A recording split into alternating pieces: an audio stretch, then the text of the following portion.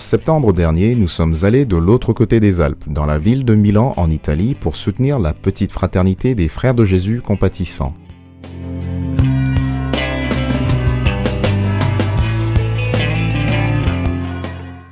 Sœur Marilyn, une non-voyante, est l'atout charismatique de cette fraternité qu'elle dirige. Elle nous parle de la mission de sa communauté et des 82 enfants dont elle s'occupe.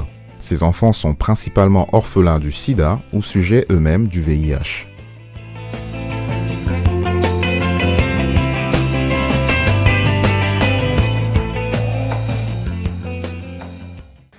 Nous avons commencé notre petite fraternité officiellement devant l'église en 2002, même si on a pensé à cette fraternité depuis 1998. Les activités de la communauté aujourd'hui, c'est que la communauté pense spécialement aux malades, aux orphelins, enfin, comme le nom se dit, compatissants. Tous ceux qui ont des petits soucis, soit de conseils, soit dans leur vie spirituelle. La petite fraternité se focalise d'abord pour ces gens-là. Nous avons beaucoup d'enfants. Nous en avons plus de 82 enfants qui sont dans notre quartier. Il y a les enfants de OEV, qui sont donc les orphelins qui ont perdu leurs parents à cause du sida ou eux-mêmes sont décédés. Et puis, on a aussi des enfants qui n'ont pas de parents, simplement. C'est-à-dire que la personne n'a personne à côté de lui, ni les cousins, ni les cousines. Et c'est pourquoi la petite fraternité accueille seulement ceux qui sont les plus démunis, donc les cas les plus difficiles. Et ce qui fait qu'on en a au moins en principe une quinzaine en communauté.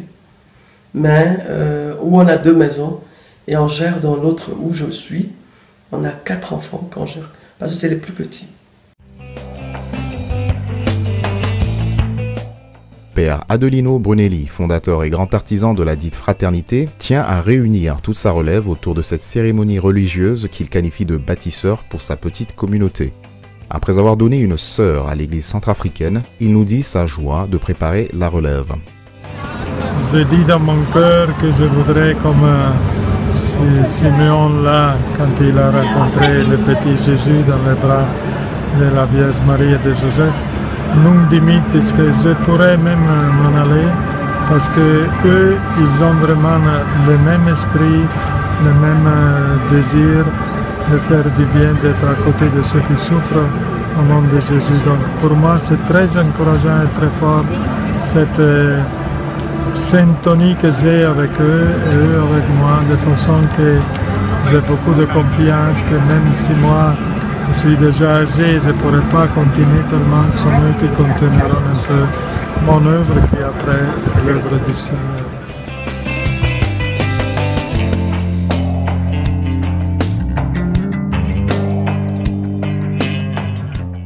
Préparer la relève, c'est la mission que le Père Adelino se presse d'accomplir.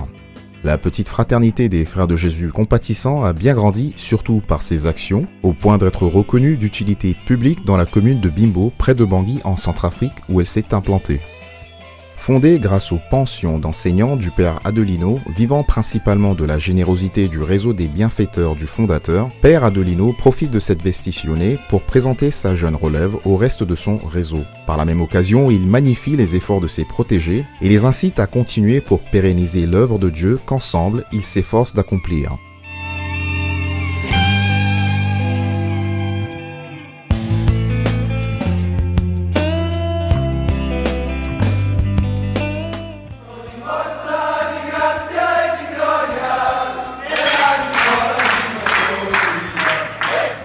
Frère Paulin est séminariste à Milan. Il va franchir l'étape de la vestitionnée avec 16 autres de ses collègues. Plus que quiconque, il connaît les défis auxquels sa communauté doit répondre et l'organise avec le soutien indéfectible des responsables de son séminaire des missions de consolidation de vocation de ses collègues à Bangui.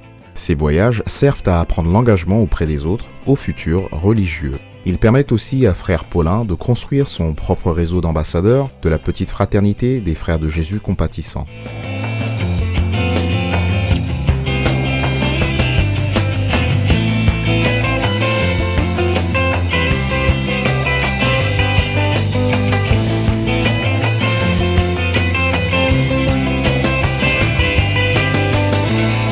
Frère Lucas Longoli, banguissois depuis cet été, nous parle de ce qu'il a appris lors de son voyage à Bangui.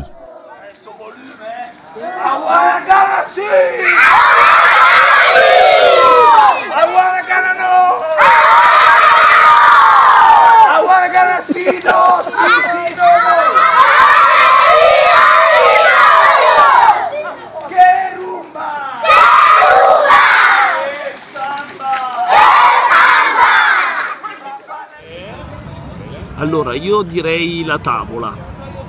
Uno alla tavola, poi ci penso e spiego meglio. La tavola, proprio questo vivere fraterno, questa sensazione di essere accolti da persone che in alcuni casi, succede come in alcuni casi loro stessi magari fanno fatica a mangiare 3 volte al giorno regolarmente, però la cosa principale è quella di accogliere l'ospite, di farlo sentire a casa propria. E questa cosa l'ho sperimentata veramente forte come un'accoglienza da parte del Signore stesso, e mi sono trovato più volte a mangiare in maniera appunto semplice con altre persone, però ecco, l'immagine è proprio questo, della tavola che è segno di accoglienza e di fraternità. Ecco. E un'altra immagine che porto a casa e che ho bene in mente è quella dell'entusiasmo. L'entusiasmo l'ho vissuto nel gioco con i bambini, nelle celebrazioni dell'Eucarestia. È uno stile di vita che è pregnante, la comunità cristiana lì in Centrafrica, e che è veramente contagioso. Ecco. Abbiamo visto veramente l'entusiasmo, non trovo un'altra parola, con cui si festeggia la domenica, l'entusiasmo con cui si accoglie un ospite che viene a messa nella comunità la domenica, l'entusiasmo con cui i bambini ti accolgono per giocare a pallone. Ecco, l'entusiasmo per qualsiasi cosa, e che penso sia anche questo un'occasione forte di testimonianza, perché il cristiano lo si riconosce dalla gioia che porta nel cuore, no? E quindi queste 2 immagini sono, sì, penso quelle che porto a casa più di altre.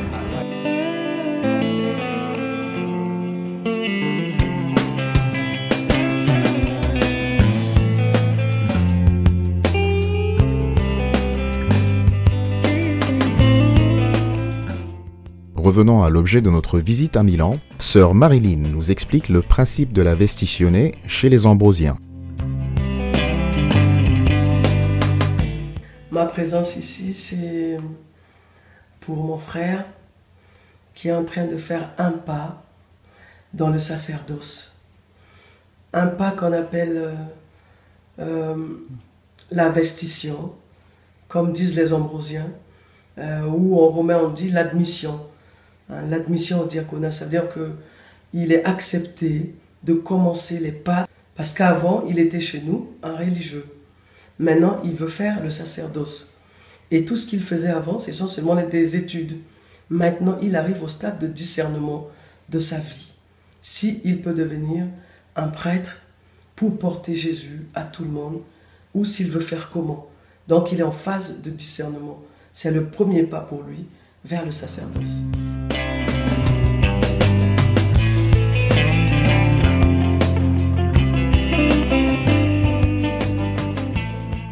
Suite à cette fastueuse cérémonie religieuse milanaise, officiée par le cardinal de Milan, son éminence Angelo Scola, les collègues de Paulin, parmi lesquels frère Gabri et frère Giulio, banguissois de longue date, reçoivent parents et amis venus soutenir Paulin Biro dans un restaurant en plein cœur de Milan.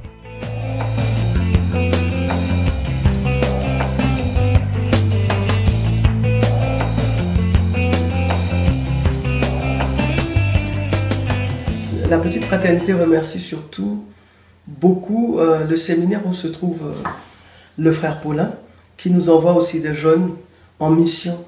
Mais c'est des jeunes qui ne sont pas des bailleurs, c'est d'abord des jeunes séminaristes et autres qui viennent chez nous. Mais au moins, leurs parents ils profitent un peu de parler, de plaider de notre petite fraternité à leurs parents et tout, qui nous donnent aussi un peu coup de main.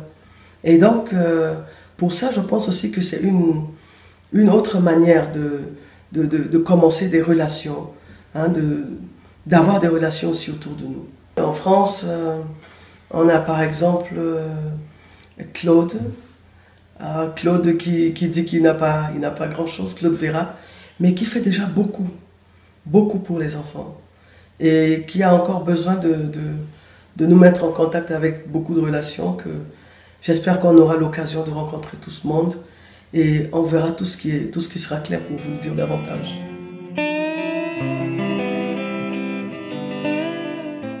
La petite fraternité des frères de Jésus compatissant, qui, selon son père fondateur, doit garder sa petitesse, ne perd pas le nord. Sœur Marilyn, avant de rejoindre la France pour un séjour de travail avec un réseau de bienfaiteurs entretenu par le Lyonnais Claude Vera, souligne l'importance pour leur communauté du pas que vient de jeter le frère Paulin.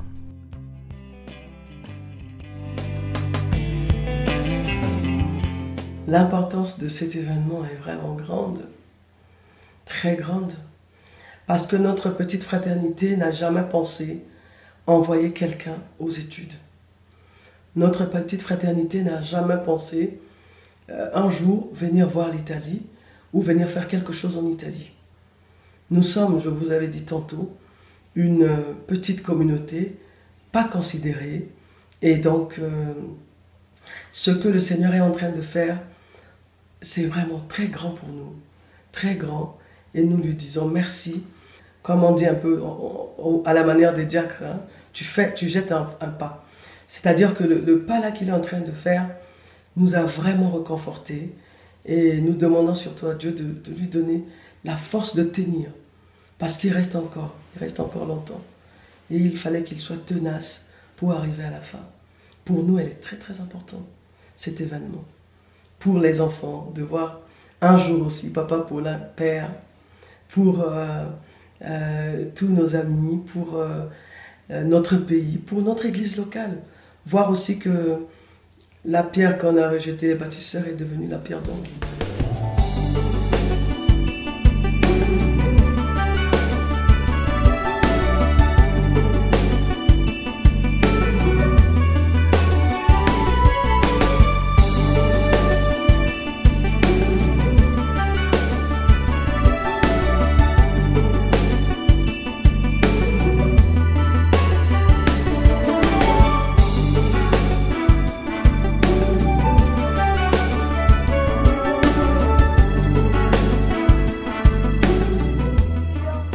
Sonrisa de niño, como me dueles el alma, con tus ojos mis sentidos, como me robas la calma.